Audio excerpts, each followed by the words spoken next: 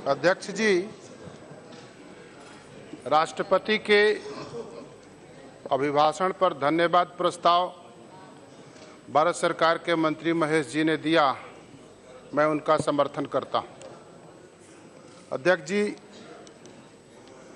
हमारा देश प्राचीन देश है, उसकी आदर्श सभ्यता, आदर्श संस्कृति, आदर्श परंपरा और उसकी श्रेष्ठता दुनिया में सबसे सर्वमान्य व्यवस्था का हिस्सा है और वही हमारी सनातन परंपरा है। सनातन परंपरा हमें प्रेरणा देती है। अध्यक्ष जी, हम दुनिया को परिवार मानते हैं, दुनिया को बाजार मानने वाले लोग हमें तरह तरह के दायरे में प्रश्न चिन्ह खड़ा करते हैं, लेकिन वो नहीं जानते हैं कि सनातन परंपरा दुनिया को परिवार मानने वाले लोग हम हैं। उसका एक राजपक्ष भी है, एक शासन पक्ष भी है। सनातन परंपरा का शासन पक्ष का बहुत उज्जवल तस्वीर जिसके नेतृत्व में हम काम करते हैं अध्यक्ष जी, वो जीता जागता तस्वीर है। सनातन परंपरा का राजपक्ष का तस्वीर है हमारे देश के प्रधानमंत्री नरेंद्र भाई। और मैं इस बात को कह सकता हूं कि वही सनातन परंपरा हमें प्रेरणा करती है रामानुजाचार्य के स्मृति को याद करने के लिए।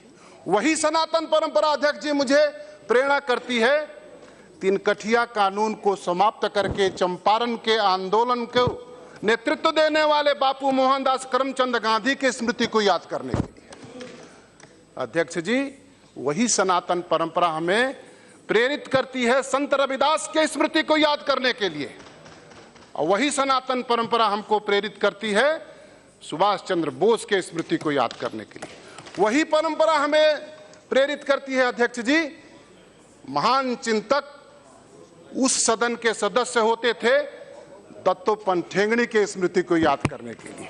वही परंपरा हमें आज प्रेरित करती है अध्यक्ष जी राम की मर्यादा को याद करने के लिए, कृष्ण के विवेक को याद करने के लिए और भूत भावन भोले बाबा शंकर के त्याग को याद करने के लिए। और यही समन्वय हमारी देश की भारत की सनातन परंपरा है।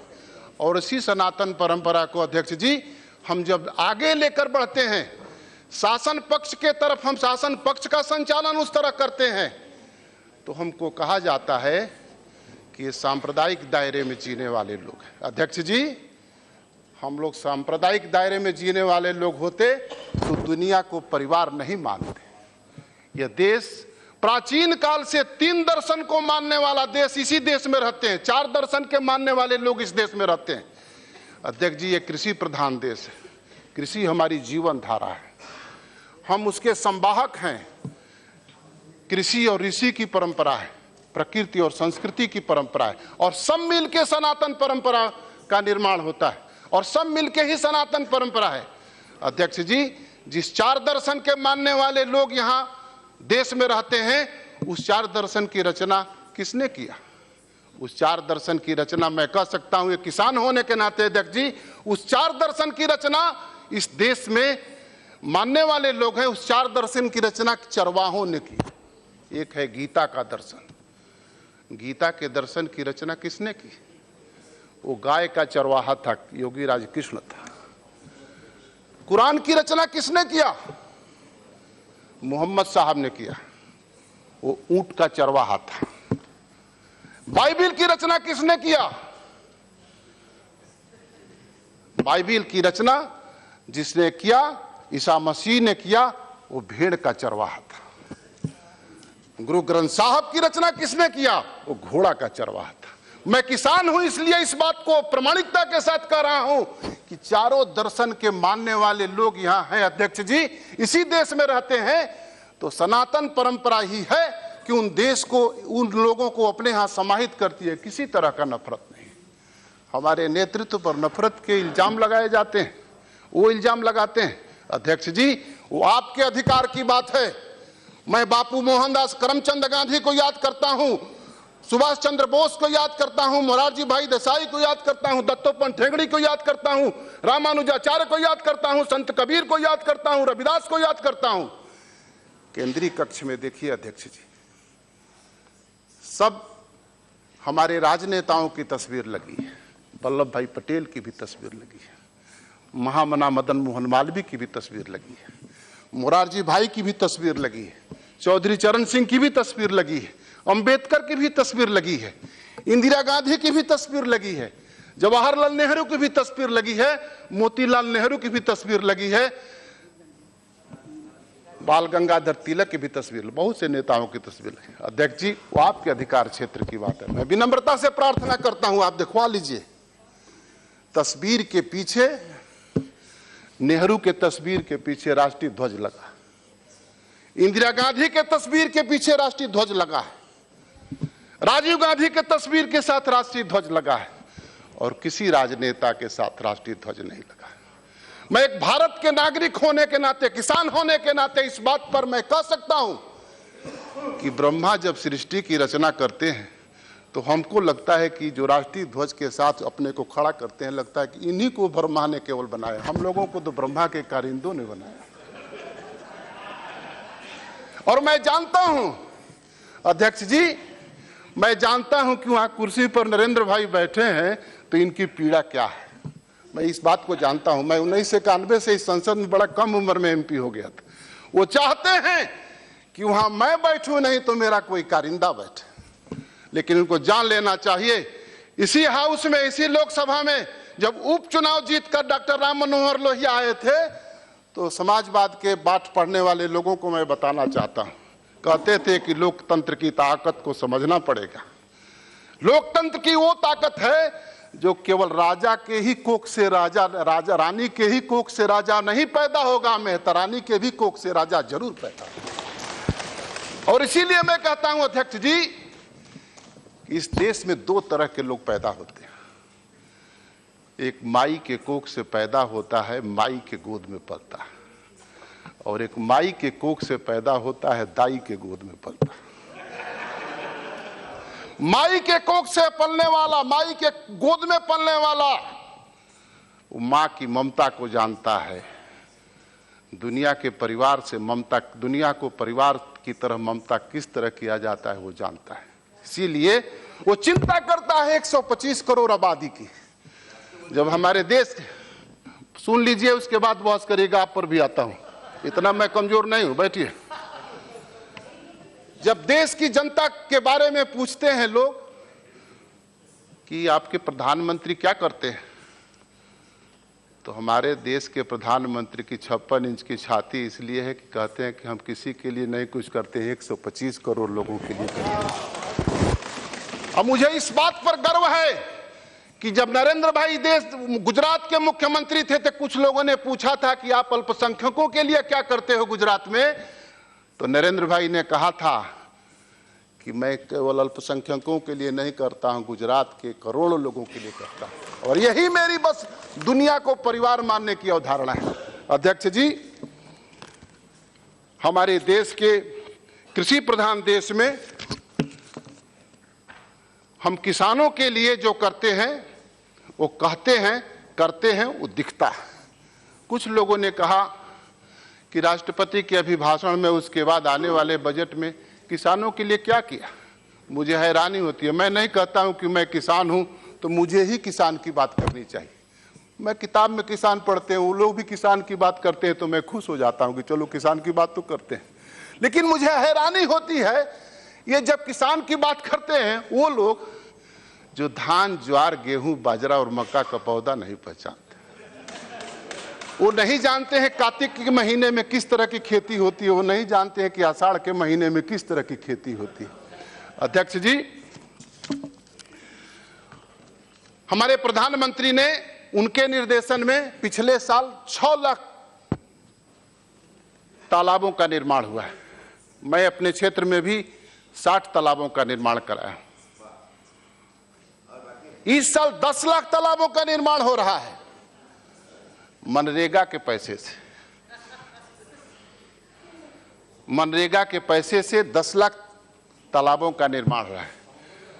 4 लाख कंपोस्ट खाद के लिए गड्ढे खोदे जा रहे हैं। मनरेगा का पैसे का सदुपयोग हुए, मनरेगा के पैसे पर जांच कमीशन नहीं बनेगा। अध्यक्ष जी, पुरातन काल में, त्रेता में एक बार सूखा पड़ा था ऋषि कृषि की परंपरा की जिसकी चर्चा मैं कर रहा था, ऋषियों ने उस समय के जनक, राजा जनक को निर्देश दिया था कि जनक, आप तालाब खुदवाओगे, यज्ञ करोगे,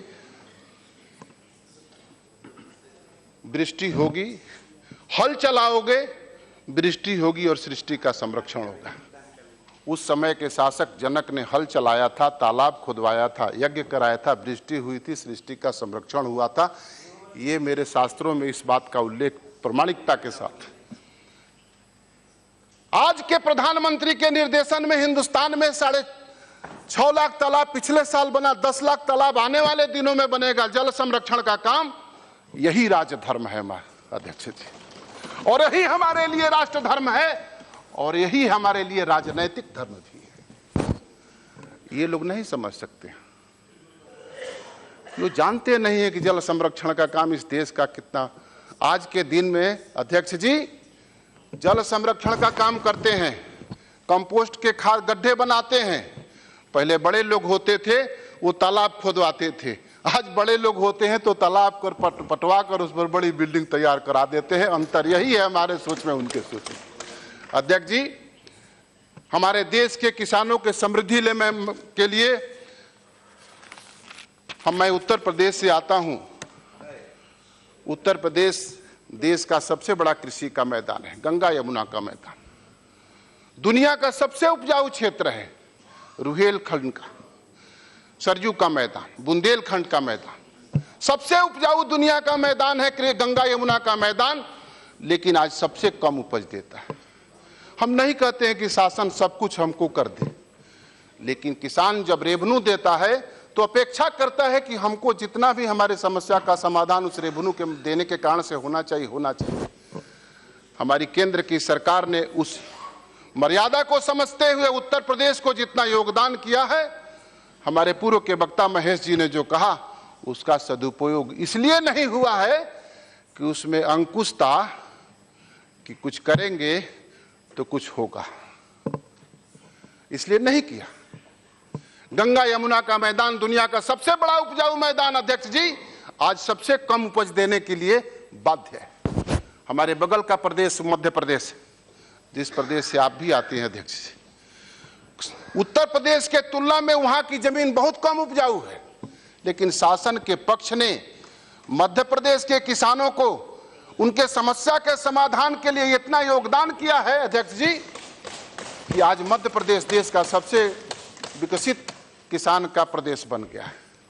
मैं कह सकता हूं कि उत्तर प्रदेश में अगर ठीक से ध्यान दिया जाता, शासन के पक्ष से 15 सालों में अगर ठीक से ध्यान दिया गया होता, तो उत्तर प्रदेश केवल देश का ही नहीं, आसपास के दुनिया के दूसरे देशों का भी खाद्यान्न, दूध और फल और सब्जी उपलब्ध करा सकता है। इस बात को मैं प्रामाणिकता के साथ कह सकता हूं।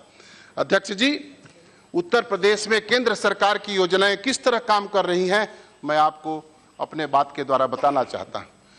रेल, हर स्टेशनों का विकास हो रहा है। सड़क, हर जगह देखेंगे सड़क का निर्माण हो रहा है। वो इसलिए हो रहा है कि केंद्र की योजनाएं वहां काम करे। प्रधानमंत्री सड़क योजना, अध्यक्ष जी, प्रधानमंत्री सड़क योजना के माध्यम से गांव को खेत तक जोड़ने की योजना है। गांव से खेत की सड़क से जुड़ जाते हैं तो किसान की आवाजाही होती ज्यादा हो जाती है। मैं इस बात को कह सकता हूं कि फिर खेत का उत्पादन बढ़ जाता है। प्रधानमंत्री सिंचाई योजना, अध्यक्ष जी, सोलर के सिंचाई से जो योजना प्रधानमंत्री सिंचाई योजना के माध्यम से बनी है, मैं खुद किसान हूं, मेरी आधी खेती सोलर सिंचाई से हो रही है। दुनिया में सबसे ज्यादा धूप भारत में होता है। 45% लागत कम हो जाती है सोलर सिंचाई से। खेती की लागत जब कम हो जाएगी तो किसान का उत्पादन का लाभकारी कीमत स्वयं मिलने लगेगा। प्रधानमंत्री सिंचाई योजना का वो बहुत बड़ी उपलब्धि है। इसलिए मैं कह सकता हूं अध्यक्ष जी, स्वास्थ्य के क्षेत्र में महंगी दवाइयां, जो गरीब बेचारा दवा खरीदने के पैसे के अभाव में मर जाता था, 100% दवाइयों का दाम कम हो गया है। मैं अपने क्षेत्र में गया, लोगों से पूछा, बहुत से गरीब परिश्रम की पसीने को बहाने वाले लोग से बात हुई। मैंने पूछा, प्रधानमंत्री जी क्या करते हैं बताओ तो हमको। हमारा क्षेत्र प्रधानमंत्री जी का क्षेत्र अगल बगल है। अध्यक्ष जी, आप आश्चर्य में होंगे, प्रधानमंत्री की एक बुढ़िया ने कहा, सांसद जी प्रधानमंत्री जी को जाकर बता दो कि आज मेरे मन में यह बात है कि मेरे बीच का आदमी देश के सर्वोच्च कुर्सी पर बैठा है। ये अंतर है उनके सोच में, हमारे सोच में। वो उसके मन में भरोसा है। आप जाकर देखिए प्रधानमंत्री जी की सभाओं में, जो चेहरे कभी चौधरी चरण सिंह के सभा में होते थे, कर्पूरी ठाकुर के सभा में होते थे, अटल जी के सभा में होते थे, चौधरी देवीलाल के सभा में होते थे, आज वो चेहरे प्रधानमंत्री जी के सभा में छाती तान के बैठते हैं, हाथ पर कंधे पर लाठी लेकर बैठते हैं और ये कहते हैं कि हमारे बीच का प्रधानमंत्री। ये है भरोसा। राजनीतिक क्षेत्र में जो भरोसा का संकट पैदा हुआ है अध्यक्ष जी, इस भरोसे के संकट को समाधान हमारे देश के प्रधानमंत्री के नेतृत्व में हुआ। मैं इस बात को कह सकता हूं। अध्यक्ष जी, एक बुंदेलखंड में अल्लाह में गीत गाया जाता है। अल्लाह को आप जानते हो, हाँ, अल्लाह उदल का वो गीत गाया जाता है बुंदेलखंड में। बाप के बैरी से जो बदला ना लेवे, वो बेटवा के जेबे के धिक्कार। बाप का दुश्मनी करने वाला, बाप का बैरी माने बाप से दुश्मनी करने वाला, वो अपने भाषा में कहते हैं, बाप से दुश्मनी करने वाले लोगों से जो बेटा बदला न ले, उसके जीने का धिक्कार है। मैं उत्तर प्रदेश से आता हूं अध्यक्ष जी, राजनीति देख रहा हूं। जिसके बाप जिन लोगों के द्वारा लाठी खाए, गोली खाए, जेल में बंद हुए, संघर्ष के आग से निकले, उनके बेटे आज उन लोगों से दोस्ती कर रहे हैं। फिर राजनीति में भरोसा का संकट कहां बचता, कहां बचता? यहां दलीय लोकतंत्र है अध्यक्ष जी, और दलीय लोकतंत्र में, दलीय राजनीति में राजनीति का संकट पैदा हो जाएगा और भरोसा का संकट पैदा हो जाएगा, तो अध्यक्ष जी मैं कह सकता हूं कि लोकतंत्र पर भी संकट जरूर पैदा हो जाए। अध्यक्ष जी, दूध उत्पादन के क्षेत्र में हमारा प्रदेश और देश केंद्र की योजनाओं के माध्यम से आगे बढ़ रहा है। मैं दूध पीने वाले लोगों में हूं। मैं जानता हूं दूध में औषधि ताकत कितनी होती है। वो लोग नहीं जानते हैं तो दूसरी चीज पीते हैं। हम लोग दूध पीने वाले हैं लोग, इसलिए जान सकते हैं। और मैं इस बात को कह सकता हूं कि दूध का उत्पादन देश में बढ़ा और बढ़ता ही जाएगा। प्रधानमंत्री जी ने के निर्देशन में जो योजनाएं बनी हैं, दूध का उत्पादन बढ़ता ही जाएगा। दूध का उत्पादन अध्यक्ष जी इस देश का बढ़ता जाएगा। तो कौशलेन जी याद रखना, बिहार में जो नशाबंदी का कानून बना है ना, देश में अब नशाबंदी का कानून बनाने की जरूरत नहीं पड़ेगी। दूध का उत्पादन बढ़ा दो, नशाबंदी के लिए कानून नहीं बनाना पड़ेगा। मैं जानता हूं, आप वेद के ऋचाओं में उठाकर देखो, दूध पीने वाला कभी भी नशा के नजदीक नहीं जाता है। इसके लिए कानून बनाने की जरूरत क्या है? कानून बनेगा, ठीक है, कानून बनाने वाले का काम है, दूध पियो, नशा के पास नहीं जाओगे। अध्यक्ष जी, किसान पेंशन की योजना, कारखाने में काम करने वाले, सेना में काम करने वाले, कचहरी में काम करने वाले, अस्पताल में काम करने वाले जब अवकाश प्राप्त करते हैं तो उनको जमा राशि भी मिलती है, उनको पेंशन भी मिलता है। लेकिन किसान लोगों को जीने के लिए अनाज पैदा करता है, दूध पैदा करता है, घी पैदा करता है, फल पैदा करता है, सब्जी पैदा करता है। 60 वर्ष के बाद आज तक उसकी कोई चिंता नहीं किया था। लेकिन इस देश की पहली सरकार है और पहली प्रधानमंत्री नरेंद्र भाई हैं जो किसानों की पेंशन की योजना बनाए हैं, यह कह के कि वो किसान भी राष्ट्रीय काम जरूर करता है। अध्यक्ष जी, बाद में तोरा के बता दे, चुप भाई। अरे भाई बोल, हाला मत प्लीज। उन्नत बीज, अध्यक्ष जी हमारी सरकार के निर्देशन में नीम कोटेड यूरिया, हमारे संसदीय कार्य मंत्री और उर्वरक मंत्री भी हैं, उनके मंत्रालय ने नीम कोटेड यूरिया, हमारे कृषि मंत्री जी भी उपस्थित हैं, नीम कोटेड यूरिया बनी। कीटनाशक केमिकल दवाओं के कारण से रोग होते थे, हम लोग सांसद हैं, हर महीने में 35 से 40 लोगों को किडनी की और कैंसर की चिट्ठी लिखनी होती है। वो कैसे? केमिकल कीटनाशक के प्रयोग से पैदा होने वाले अनाज किडनी के और कैंसर के रोग पैदा करते हैं। अध्यक्ष जी, हमारी सरकार ने नीम कोटेड यूरिया का उत्पादन शुरू किया है। नीम अपने आप में कीटनाशक होता है। किसान नीम पैदा उत्पादन करते हैं। किसानों के उत्पादन नीम को खरीद के यूरिया का तस्करी बंद हो गया है और नीम कोटेड यूरिया से अध्यक्ष जी कीटनाशक केमिकल का उपयोग बंद हो गया। कीटनाशक केमिकल के उपयोग बंद हो जाने से नीम स्वयं में प्राकृतिक तौर पर कीटनाशक है, इसलिए अब रोग और केमिकल कीटनाशक के प्रयोग होने वाले रोगियों की क्षमता घट जाएगी, क्योंकि नीम कोटेड यूरिया से खेती का उत्पादन भी बढ़ेगा और कीटनाशक का प्रयोग भी करना बंद हो जाएगा। अध्यक्ष जी, किसानों की जानकारी के लिए सरकार ने किसान चैनल शुरू किया। हर किसान किसान चैनल की तरफदारी से देखता रहता है। किसानों के कार्यक्रमों को, किसानों की खेती के काम को, कितनी गहराई में जोत किसके धान के लिए होगी, कितनी गेहूं के लिए होगी, कितने चने के लिए होगी, कितने तिलहन के लिए होगी। ये किसान चैनल किसानों की एक बहुत बड़ी उपलब्धि हमारी सरकार ने किसानों को जानकारी देने के लिए किया है।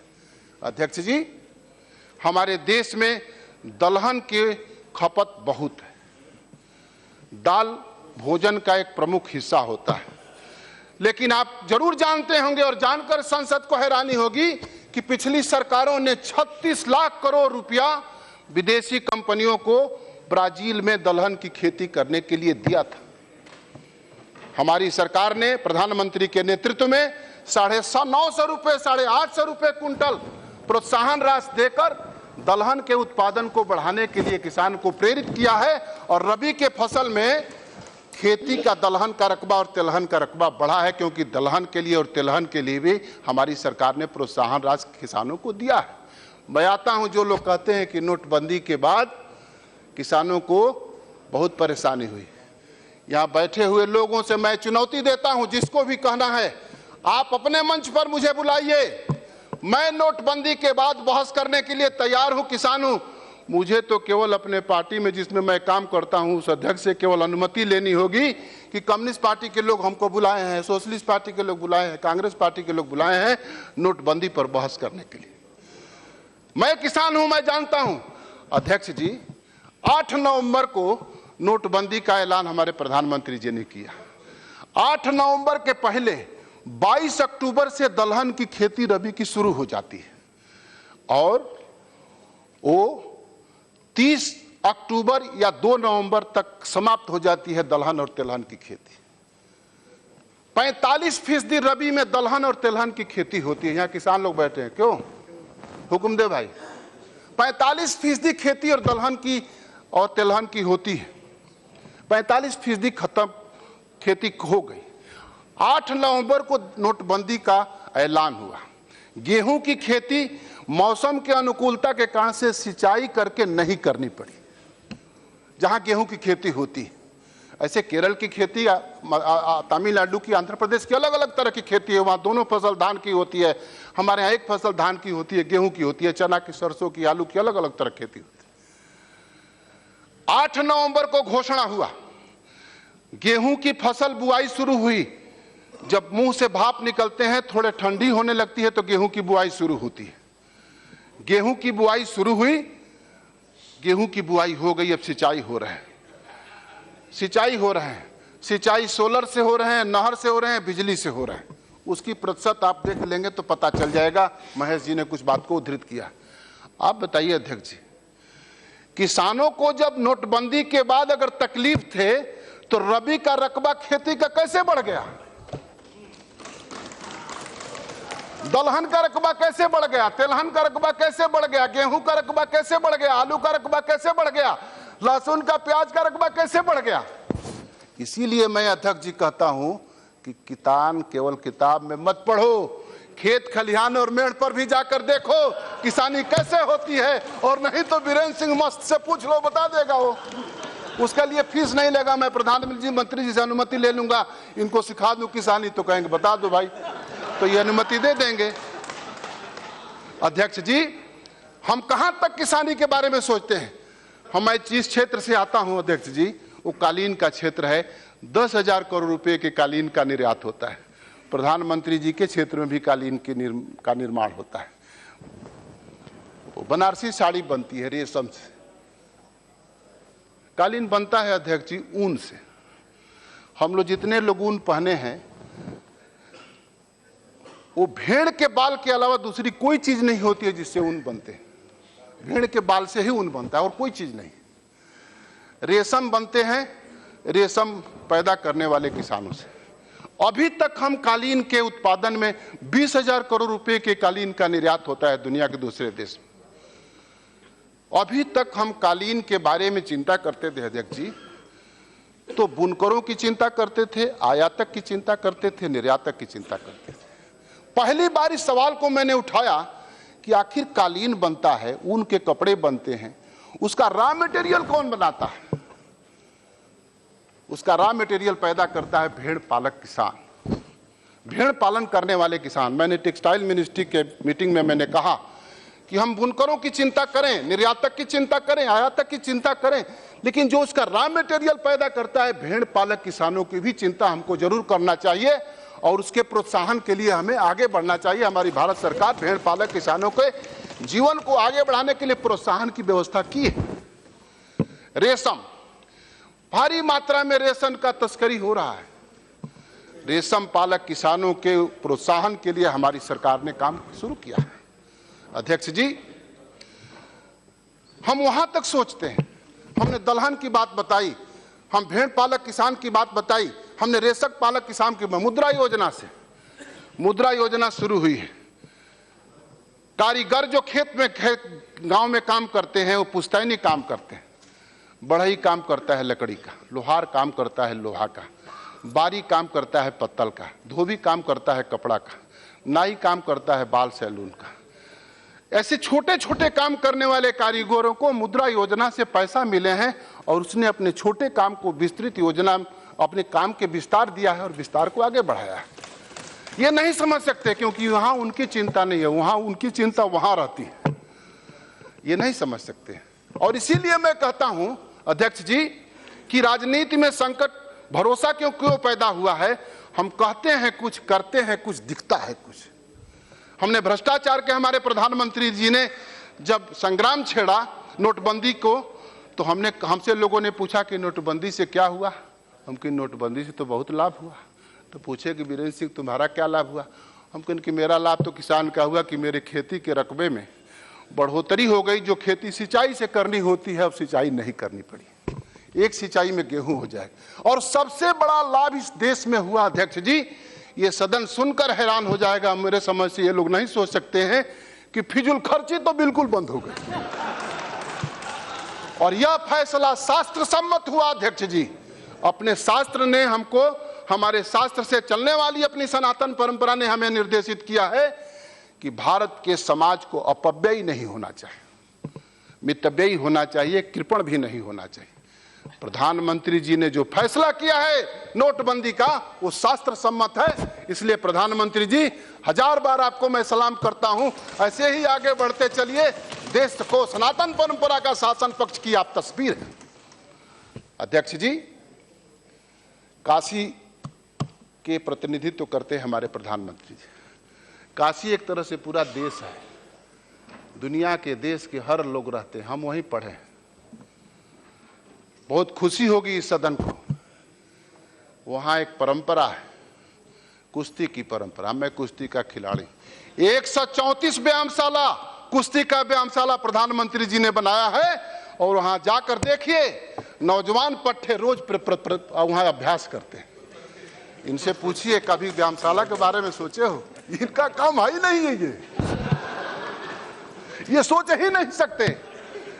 ये तो तैयार हैं। हम तो अध्यक्ष जी कभी फिल्म देखे नहीं है, पढ़ते समय भी कभी फिल्म नहीं देखा हूं। उससे कोई अब नफरत नहीं है, हेमा जी अन्यथा मत लीजिएगा। हमको फिल्म से कोई नफरत नहीं, लेकिन किसान हूं, मेरे मन में नहीं है फिल्म देखने का। लेकिन मैं देखा लखनऊ में 2 नौजवान राजनीतिक क्षेत्र में काम करने वाले ऐसे ऐसे हाथ हिला रहे थे। हम गए थे एक दिन किसानों के बारे में कुछ बात करनी थी लखनऊ में। तो हमसे लोगों ने पूछा ये क्या हो रहा है, तो हमने कहा कि पता नहीं क्या हो रहा है भाई, हम तो किसान हैं, हमको लग रहा है कि फिल्म की शूटिंग हो रही है। और ये लोग, एक मैं छात्र जीवन में गीत, हमारे छात्र बिरला हॉस्टल में रहता था, गाते थे, हम न तुझे नजर नहीं आवे चल दरिया में डूब जा, हम न तुम्हें नजर नहीं आए चल दरिया में डूब जा। ये दोनों नौजवान राजनीतिक क्षेत्र में काम करने वाले उसी तरह का एक्शन कर रहे थे कि हम तुम्हें न नजर नहीं आए चल दरिया में डूब जा। ये राजनीतिक क्षेत्र में भरोसे का संकट है अध्यक्ष, ये संकट है। राजनीतिक क्षेत्र में हमने प्रेरणा ली है, क्यों हंस रहे भाई? राजनीतिक क्षेत्र में हमने प्रेरणा ली है गांधी से, पंडित दीनदयाल उपाध्याय से, दत्तोपंत ठेंगड़ी से। वर्तमान में हम प्रेरणा ले रहे हैं नरेंद्र भाई मोदी से। ये राजनीति का आदर्श है। हम अध्यक्ष जी कभी किसी की शिकायत की बात नहीं करते हैं, मैं जो समझता हूं वो कहता हूं, बेबाकी से कहता हूं। इसलिए अध्यक्ष जी मैं एक बात जरूर कहूंगा, हमारे देश में, काशी में, ये देश मर्यादा पुरुषोत्तम राम की मर्यादा, कृष्ण के विवेक और शंकर के भूत भावन भोले बाबा शंकर के त्याग का समन्वय का ये देश परंपरा का निर्वाह करता है। काशी में संत रविदास, हम उसके जन्म स्थान के भी विकास की चिंता किए हैं, विकास हो रहा है। अभी कबीर के जन्म स्थल को विकास की बात कर रहे थे, हमने उसकी भी चिंता की है। हम नहीं सोचते हैं कि ये हमारे विचारों से सहमत है कि नहीं सहमत है, हमको प्रेरित करते हैं।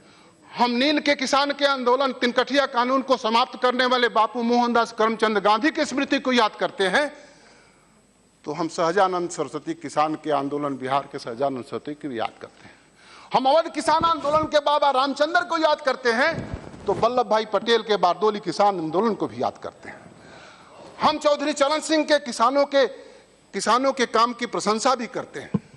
हम प्रशंसा करते हैं चौधरी देवीलाल के भी किसानों के काम की प्रशंसा करते हैं। लेकिन अध्यक्ष जी संकट यह है कि हम कुछ करते हैं, हम तीर्थराज प्रयाग के विकास की बात करते हैं, हम वहाँ के कटासराज निषादराज के मंदिर के विकास की बात करते हैं, तो लोग कहते हैं कि ये तो सांप्रदायिक लोग हैं। हम सनातन परंपरा के आगे बढ़ाने की कोशिश करते हैं, उसी के साथ चलने की कोशिश करते हैं, हम उसके संवाहक हैं और उसके परंपरा को राजनीतिक क्षेत्र में, शासन के क्षेत्र में बढ़ाने का काम करते हैं, तो कहते हैं सांप्रदायिक। हम सांप्रदायिक होते तो चार दर्शन के मानने वाले लोग इस देश में एक साथ कैसे रहते? हम अगर सांप्रदायिक होते तो चार दर्शन की रचना करने वाले लोगों को हम कैसे कहते कि चरवाहा? हम समाज में दुनिया को परिवार मानने वाले लोग हैं, इसलिए नफरत की बात करते हैं। जवाहरलाल नेहरू विश्वविद्यालय में पढ़ने वाले लोग अध्यक्ष जी हमारे उत्तर प्रदेश से भी बहुत, हमारे भदोही से भी बहुत, बनारस से भी बहुत सारे लोग पढ़ते हैं।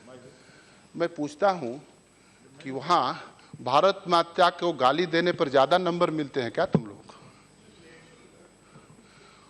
हम ही अपने देश के मातृभूमि को मां कहते हैं, दुनिया के दूसरे देश में मां नहीं कहते। इसीलिए हम इस देश के सामाजिक, राजनीतिक, सांस्कृतिक और आर्थिक विकास की चिंता करते हैं और उसी चिंता को आगे, उसी समृद्धि को आगे बढ़ाने के लिए हमारे प्रधानमंत्री नरेंद्र भाई मोदी के नेतृत्व में सरकार काम कर रही है। सामाजिक क्षेत्र का एक हिस्सा होता है अध्यक्ष जी परिवार। दुनिया के दूसरे देश में परिवार नहीं होती, परिवार की संस्था हमारे ही देश में है। बाजार के असर में परिवार टूट रहे हैं। राष्ट्र की पहली इकाई होती है परिवार अध्यक्ष जी, परिवार टूटने के बाद हर तरह से पतन हो जाता है परिवार का, आर्थिक पतन, सामाजिक पतन, राजनीतिक पतन, सांस्कृतिक पतन। लेकिन परिवार में लोगों को रोजगार उपलब्ध कराकर, मुद्रा योजना से महिलाओं को राष्ट्रीय झंडा निर्माण करने की योजना बनाकर महिलाओं को रोजगार उपलब्ध कराकर परिवार को टूटने से बचाने के लिए,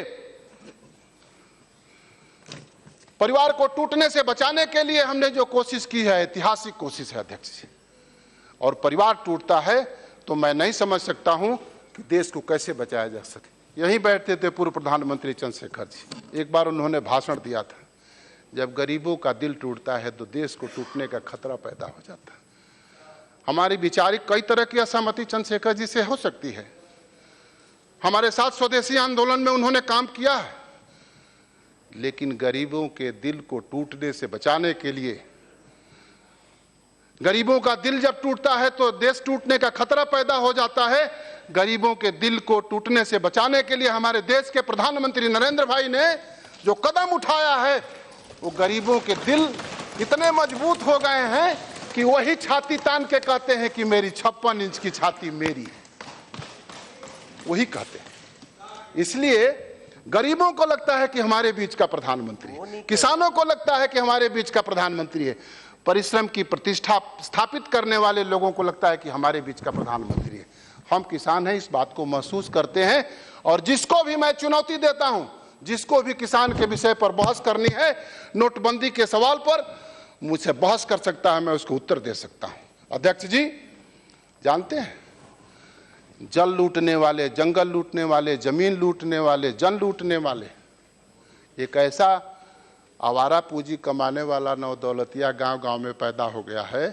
बड़की बड़की गाड़ी लेकर चलता है, 10 बंदूक ले लेता है। हम लोग तो कभी कोई सिक्योरिटी भी नहीं लिए, तीसरी बार सांसद है। जाता है लखनऊ में, एक हाथी का मेला लगता है, वहाँ से हाथी का पर्ची खरीद ले आता है। हाथी का पर्ची खरीद ले आता है, थोड़े दिन के बाद एमएलए भी हो जाता है पैसा देकर। पहले तो सोनपुर में हाथी का मेला लगता था बिहार में। जब जन लूटने वाले, जंगल लूटने वाले, जमीन लूटने वालों के जेब में जो पैसा हुआ 1000 रुपये का, 500 रुपये का, तो एक हाथी का मेला लखनऊ में लगने लगा। लेकिन सोनपुर के मेले में और लखनऊ के मेले में बहुत बुनियादी अंतर है अध्यक्ष जी। सोनपुर का मेला का मालिक जब पर्ची काट देता था तो हाथी का मालिक हो जाता था किसान। लखनऊ के मेले में, जब लखनऊ के मेले के मलिकाइन जब पर्ची काटते हैं, उधर से बड़की गाड़ी वाला आता है जौनपुर सुल्तानपुर तक, गुमदेव भाई, तब तक फोन आता है कि तुम हाथी के मालिक नहीं रहे, दूसरा हाथी का मालिक हो गया, क्योंकि बोली लग गई दूसरी, बस फिर वो लौट जाता है। लेकिन अध्यक्ष जी 8 नवंबर के बाद जब से 1000 और 500 रुपए का नोट का बंदी का फैसला हुआ, लखनऊ का हाथी का मेला उजड़ के फिर से सोनपुर में चला गया। यह है राजनीतिक क्षेत्र में भरोसे का संकट। और संकट के समाधान के लिए राजनीतिक क्षेत्र में जब तक भरोसे का संकट रहेगा, लोकतंत्र पर संकट हमेशा रहेगा। इसलिए अध्यक्ष जी, किसानों के लिए, नौजवानों के लिए, महिलाओं के लिए और देश के आगे बढ़ाने के लिए, किसानों की आर्थिक, सामाजिक, राजनीतिक और सांस्कृतिक समृद्धि के लिए जो राष्ट्रपति के अभिभाषण में महेश जी ने अपने संवाद किए, जो हमारे प्रधानमंत्री जी ने जिन कार्यक्रमों को आगे बढ़ाया है, मैं किसान होने के नाते कह सकता हूं कि किसानों की आर्थिक समृद्धि 2022 में दुगनी नहीं तिगनी हो जाएगी। इस बात को मैं कह सकता हूं। अध्यक्ष जी, मैं इन लोगों से निवेदन करूंगा, कुछ बात पर अगर असहमत नहीं होंगे तो लोकतंत्र की आत्मा मर जाएगी। असहमति करिए, लेकिन उल्टा पढ़ाइन जैसा मत बनिए। उल्टा पढ़ाइन जानते हैं क्या है भोजपुरी का? कुछ भी कहेंगे तो उल्टे बोलेंगे, कुछ भी कहेंगे तो उल्टे बोलेंगे, कुछ भी कहेंगे तो उल्टे बोलेंगे। वही है उल्टा पढ़ाइन। उल्टा पढ़ाइन वाला काम छोड़ दीजिए, उन लोगों को बताइए उल्टा पढ़ाइन मत बनो। लोकतंत्र में असहमति तो होती ही है, होनी ही चाहिए। To oppose is democracy. अगर लोकतंत्र में अपोज नहीं होगा तो डेमोक्रेसी कहां रहेगी? हमारे प्रधानमंत्री जी इस बात को कहते भी हैं। लेकिन आपको लगता है, कौशलेन जी, हीन भावना से मत जियो, ये मत जानो कि वही लोग प्रधानमंत्री वहां बैठने वाले हैं। लोहिया जी के किताब को पढ़ो, दीनदयाल जी क्यों उनके साथ सरोकार किए था ये पढ़ो। हम तो किसान हैं, ढेर पढ़ते हैं, थोड़ा समझते हैं। सुना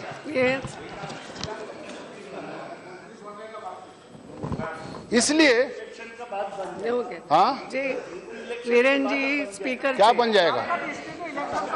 हाँ, मैं बताता हूँ आप क्या बन जाएगा, अभी बताता हूँ।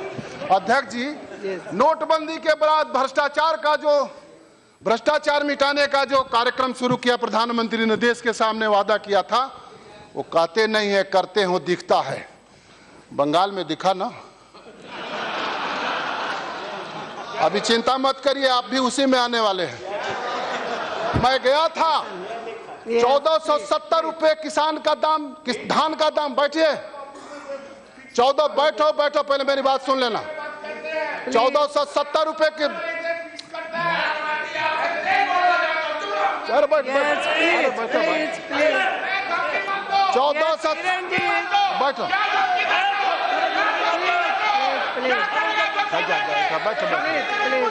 अच्छा बैठो। 1470 रुपए, 1470 रुपए धान का दाम तय किया था। मैं बंगाल में गया था, किसानों ने 1000 रुपए कुंटल धान खरीदने के लिए विवश किया। 1000 रुपए कुंटल धान बेचने के लिए किसान वहां बंगाल में विवश हैं। उत्तर प्रदेश में वही हाल है। 1470 रुपए केंद्र सरकार ने तय किया है। सरकार से संबंधित लोग किसान खरीदने वाली कंपनी से मिलकर 1000 रुपए कुंटल धान बेचने पर किसान को मजबूर कर रहे हैं। इसलिए मैं अध्यक्ष जी कह रहा हूं, भ्रष्टाचार के विरोध में चलने वाला यह कार्यक्रम 109 करोड़ रुपया एक हमारे प्रदेश के पूर्व मुख्यमंत्री का पकड़ा गया। चू कोई नहीं किया, कोई चू नहीं किया। चीफ सेक्रेटरी मद्रास का, हम तमिलनाडु का पकड़ा गया, कोई चू नहीं किया। बंगाल में, अपने उत्तर प्रदेश में बैंक के कितने अधिकारियों ने गड़बड़ किया, पकड़े गए, जेल में गए, कोई चू नहीं किया। इसलिए अध्यक्ष जी, मैं कह सकता हूं, आपके समय की मर्यादा का ध्यान रखते हुए मैं इस बात को फिर दोहराता हूं, प्रधानमंत्री जी, आप इस देश को स्वाभिमानी देश बनाने के लिए, स्वावलंबी देश बनाने के लिए, सबल देश बनाने के लिए, किसान परस्त देश बनाने के लिए, भारत परस्त देश बनाने के लिए जो कदम आगे बढ़ा रहे हैं, इस देश का 82% किसान आपके साथ होगा और बाकी लोग भी आपके साथ जरूर रहेंगे। आगे बढ़ते रहिए, पूरा देश आपके साथ रहेगा। मैं आपको बार बार सलाम करते हुए अपनी बात को पूरा करता हूं। धन्यवाद।